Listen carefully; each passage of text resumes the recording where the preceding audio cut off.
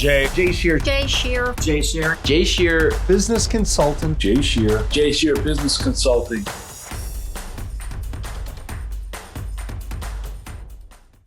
Hey, everybody. I'm Jay Shear with Jay Shear Business Consulting. We build solid foundations for service-based businesses to grow and scale and achieve the results and success they deserve. And you've joined Business Minds Coffee Chat. A wise person said, there is only one path to making good decisions. First, making bad ones. Well, on today's episode, we talk about making decisions, lots of them, overcoming fear, why you need to act now, becoming a key person of influence, the power of mentorship, and more. Our guest is a serial entrepreneur who started his first business at age 15. For more than 30 years, he's been empowering entrepreneurs to greatness. He's a Fortune 100 investor, a best-selling author, advisor, philanthropist, the inventor of the Infomercial, one of the principal pioneers of the As Seen on TV brand. He's an original shark on the hit TV show Shark Tank, and he's generated over $6 billion in global sales from the launch of more than 1,000 products. Please welcome the entrepreneur's entrepreneur, Kevin Harrington. Kevin, it's great to see you. Thank you so much for being here today. Hey, Jay. Thank you. Very nice introduction there. I appreciate that. I got to hang out with you more often. Well, let's do it. Well, I'm grateful for you. Let's jump right in because there's so many different areas I want to cover here. Let's start with going back to a bit of your origin story. So what were some of the early experiences that shaped who you are today, your beliefs, and the work that you do? Well, I started it. My father was an entrepreneur and owned restaurants, and I started in his operations when I was 11 years old. So now my dad worked. He had his restaurant that I started in opened for lunch at noon and was open till 2:30 in the morning, 6 days a week. And he was there that entire block of time as the owner, right? Now I started working a 40-hour week when I was 11, and bar backing and serving and dishwashing and, all the things, assistant chef. So how do you become an assistant chef at 11 years old? Well, your dad owns the restaurant, the chef doesn't show, and you're assisting your dad in cooking the meals, right? Because he and I would be back there regularly making it happen. Because hey, on a busy night, let's go, let's get it going. So I think I was able to grow up around entrepreneurship, which was very good for me. And then my dad's like, you need your own business. So I started a driveway sealing business out of Cincinnati, Ohio. And I'll never forget the first night I went out thinking I'm going to go knock on doors and tell everybody that they need my services. And I knocked on 20 doors and I got 20 get out of here. I'm not interested. You're bothering me at dinner. And then I figured out what I did wrong. I needed some credibility in the neighborhood. So I get one job done in the neighborhood almost for free, just for cost, put my sign across it, take a before and after picture, go right back down the same 20 people and get 15 or 18 of them to say yes, because we did it a different way. So I think I grew up around entrepreneurship with my father, learned how to sell at an early age. And of course, then I one day I'm watching television and my television went dark for 6 hours on this one channel. And I called the cable company and they said, oh, Discovery, it's a brand new channel. They don't have a budget for 24 hours a day. It's an 18-hour-a-day channel. And I said, well, what are you doing with the other 6 hours? They said, nothing. Do you have any ideas? And I said, yes, I'll put something in there and pay you a percentage. And they said, come on down. And I did. I signed a multi-year contract for 6 hours a day on the national Discovery Channel in 215 cities. And this was done back in the early 80s. And I started putting product after product after product in there. Tony Little Fitness, Jack LaLanne's Juicers, George Foreman, Billy Mays, Suzanne Summers, Kim Kardashian, Paris Hilton, you name it. 50 cents headphones. So you mentioned I've launched over 1,000 products. I have. Now, less than half of those made money.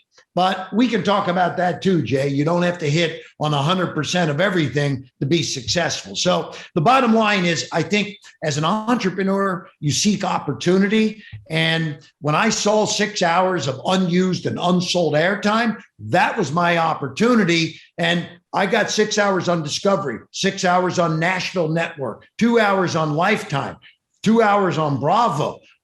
These were multiple year contracts with national cable networks. Then we went to England with the Sky Channel. We went to the Middle East with the Arab Radio Television Network. Then we went to Japan and Latin America. And all of a sudden, we're in 100 countries dubbing all of these infomercials into the languages around the world.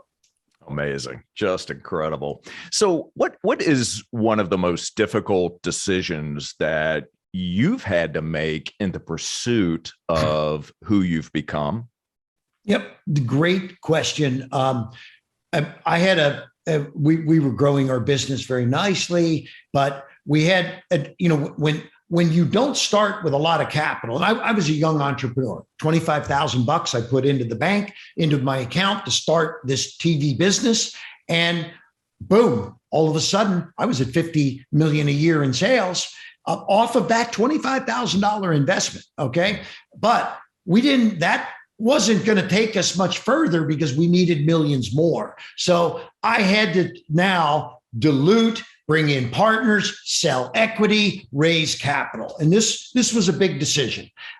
Today, people are, oh no, I don't want anybody else in part of my business telling me what to do and this and that. Well, look, if you do it right, with investors, you put an operating agreement together. So, there's certain situations that you have to adhere to, and you can't just bonus yourself all the profits and things like that. So the bottom line is that a big move for me was deciding that I needed to raise capital, give up some equity, and bring on, some other smart people besides myself. Because I will be honest with you, Jay, in the very beginning, I was a hard-headed entrepreneur that thought, oh, I can do it. I'm smart enough to do this. I don't have to pay big money to other people. And I cut corners hiring finance and operations people because I didn't see the value. Well, guess what? The money I saved cost me millions when I got the wrong people, because this is the point I want to make here. You need, when you're building your business, you don't hire the person that your bank account can afford, because that's not going to be a very powerful person. You hire the person that you need to take your business to the next level. And now that might take a little bit of extra capital to do that. And I mean, I had a CFO. I only wanted a budget of 80 grand.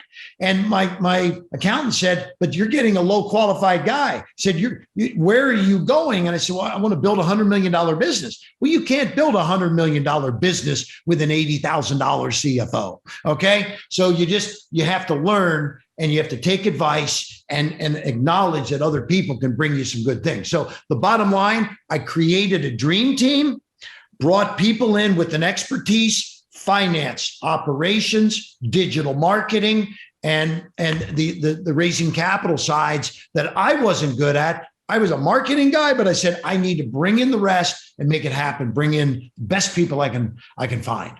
Yeah, amazing. Love that. And love the concept of building your dream team, surrounding yourself with the right people who can help you grow, that can push you, who are part of that vision of the long-term thinking, where you're going and where you're growing, and make sure that you are investing those people. So share with us then, so we're talking about partners. Who makes a great business partner? Somebody that has skill sets that complement you very well. If you have if there's two guys that are marketing guys and they're salesman oriented and they understand, getting the deal, that's one thing. But now, who's going to operate the business, right? You need a good COO that has all the capabilities of dealing with all the softwares, all of the big thing in today's world is continuity, subscription revenue.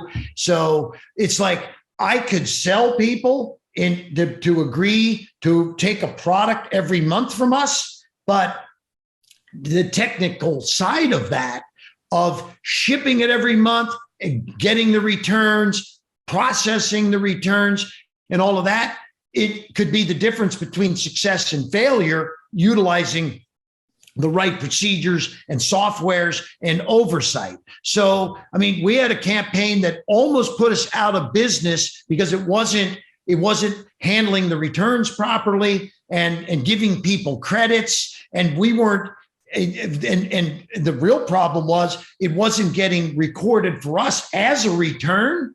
And so we kept buying more media based on the numbers that we had, but our returns were much higher than we realized. We were losing money on every sale, and we rolled it out. So if you don't have the right people around you, you're going to be out of business. Yeah, great point. So let's talk about the stages of entrepreneurship. You outline 5 different stages. From idea to planning, execution, growth, and scaling, and then exiting. Why don't you very briefly walk us through each of those and maybe give an example of a lesson that you've learned through those stages, something that our audience can take away? Yeah. So the first one, and you ran through those very quickly. I know we've talked about that, but ideation, did you say was the first one? Yeah. So idea, the actual startup itself. Yeah. So, I mean, I think that this is where everything starts. I think that I'm good. See, I'm an entrepreneur that does a lot of startups. So, find people that are used to startups, that are used to getting these in on the ground floor. Because I'll tell you this, I've invested in over 1,000 different deals over the last 35 plus years. Mm-hmm. And most of those were startups. But I talk to people now and they say, if there's not sales and profits, we're not putting any money in. So you need to surround yourself with like-minded people in the beginning and, kind of back to that whole dream team concept, get the right folks on the front end at the ideation level, because they're going to help you package it the right way along the way also. So that is number one. What was, you got to help me here because you Sure. threw them at me real fast. And yeah. So we've talked about idea. Now we go to planning. Right. And that obviously, I am a huge proponent of a business plan. There's 9 or 10 parts of a business plan that people don't understand. That, it's one of the big things about business planning and the whole planning process is, what kind of capital do you need? And when somebody says to me, I need money, I'm raising $250,000, I want to know what's the use of proceeds. Where is that $250,000 going to be deployed? What's the plan? Who are the people, right? So this is an important part of the phase. We are going to talk about money in a second, but the bottom line is a business plan talks about it talks about the idea, the uniqueness of the idea, talks about raising capital, creating your team, your dream team. You need to have a competitive analysis in your planning phases.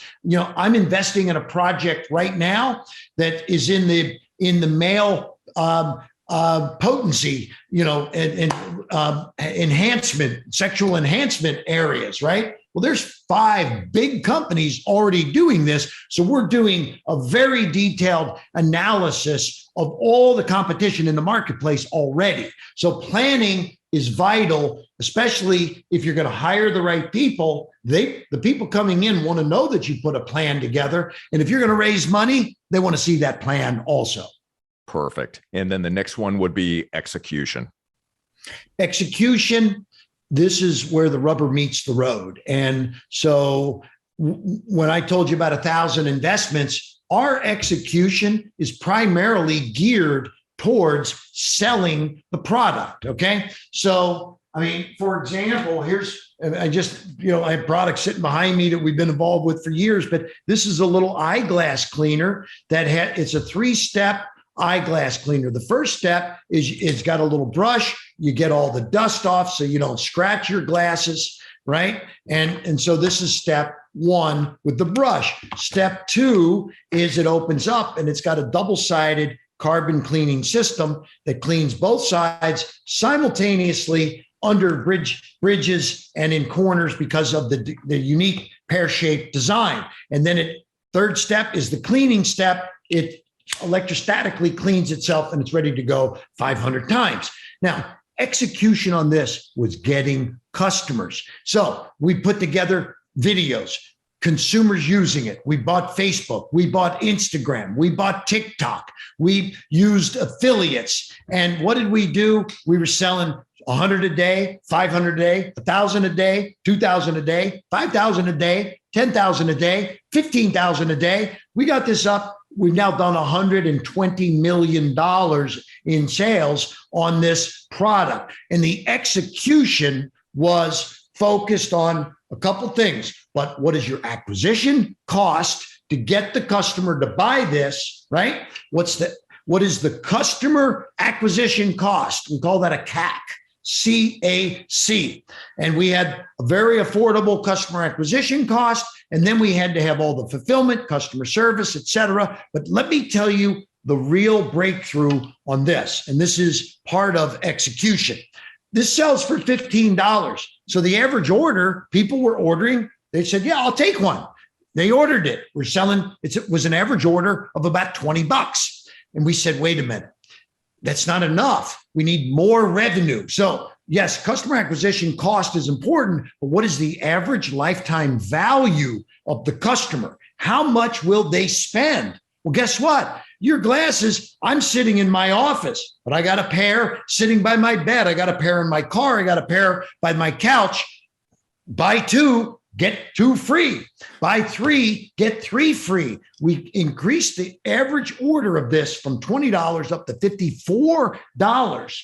And that allowed us to spend $18 on a customer acquisition cost for a $15 item. So that's when we were able to kick this thing into high gear and get it to 120 million. It was about the execution of getting more sales out of the same customer. And that's the key. So we've got a great execution team that knows how to do this. Love that. Next one is growth and scaling.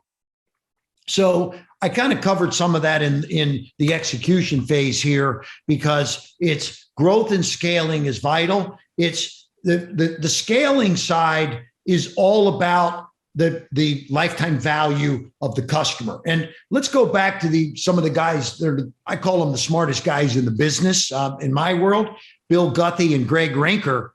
They came out with their first their skincare product, Proactive, right? And they were acquiring customers in the early days for $20.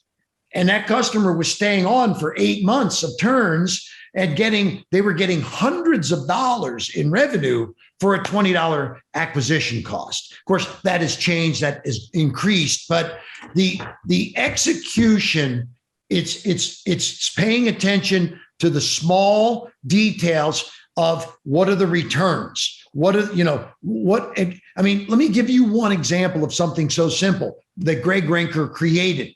He was shipping out his skincare in a box. And of course, people could open it up, see it. They didn't like it, they'd return it. So they'd open the box, they just put it back in the box, put a label on it. No, I don't want it. He created a box. Then when you opened it, it was destroyed. So there was no box that you could put it back into and ship it. His returns went down by 30%. This is execution, and this is the scaling and the growing and because if you reduce your returns by 30%, you're going to be able to scale that campaign much longer and further, et cetera. There's one other important things in scaling that you need. You got to have money. So don't forget about raising capital and making sure that you got enough money to scale the business.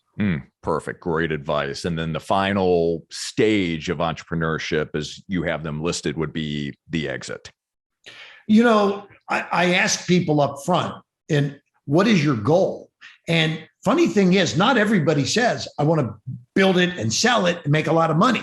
Now, I think ultimately, at the end of the day, if anyone was presented with that opportunity after they build it, someone comes along and says, I want to buy it, they probably would be open to hearing about it. But I design my programs to build them and sell them. This is one of the reasons why I get involved with public companies. Private companies, Jay, are the most difficult because there's no market to sell that equity. I've got equity in hundreds of private companies that is not exchangeable on any kind of public forum, right? Whereas if I invest in a public company, I've got stock that I can turn around and sell. So I think paying attention to the exit is important. And also, let's put it this way. If you used all your own money and did it and you didn't want to sell, that's fine. But if you came to me and I invested millions because I said, okay, I'm going to invest millions because I want to get a return on my investment, and you decided, well, you don't want to sell because you don't need that return on investment. It's like, no, that's not fair to me, the investor. So I think the important thing is understanding as an investor and an owner, what is the strategy, and is it to exit the business and sell it? And if so, you can actually build your business and work your numbers such that you keep the end in mind, meaning like I'll talk to somebody that might be a buyer of the business and say, okay, what is it you need to see? Well, we need to see a business that's doing at least 30 million with a 15% EBITDA, net profit. And if so, then we can buy that company. So we design a company to fit those numbers and take it back to them to see if they're ready to buy. So, a successful exit can be the most important thing, because if you don't get out at the right time, you might end up, I don't want to mention any names right now, but I can tell you about a public company that the stock went down by 50% in about 3 weeks because they weren't thinking about the right things to be doing on an exit. Wow. Incredible. So we're going to have to schedule round 2 because there's other areas that we want to dig into to share with our audience. But before we wrap up today, I want to ask you 2 quick things. Number 1, what challenge would you give to our listeners? Well, that's a good question. Okay, I'm going to give them a challenge. You and I are sitting here hanging out, and you've got a great track record, and you've been doing this for years. I've been doing this for almost 40 years now, and people think, I wonder if can I get to somebody like Jay? Could I get to somebody like Kevin to be in my world and give me some advice, et cetera? I challenge the folks out there right now, not just to focus on you and me, because that would be easy because here we are, but go into their industry and find a guru that they can get to be part of their dream team and create an upside for that person. It could be someone that's retired. It could be somebody that's not retired, but find a guru that you can bring in to your business that can be your shark type of thing, right? Because, by the way, I needed a guru. I went and I found Richard Branson, and I got invited to go down and hang out with him at his island in Necker Island because I focused on finding somebody that I knew could bring me value, right? So this is what anyone listening right now, if you want to get a pop in your business, get a jolt of some really cool new ideas, get some kind of a dream team member that you can find, someone within your industry or outside your industry, to be part of your team. Love it. Great piece of advice and a great challenge for all of us. And Kevin, we're going to link to all of your social media channels, your website, all that wonderful stuff. Here is my final question to you. What is one of the greatest gifts that life has given you that you didn't realize at the time?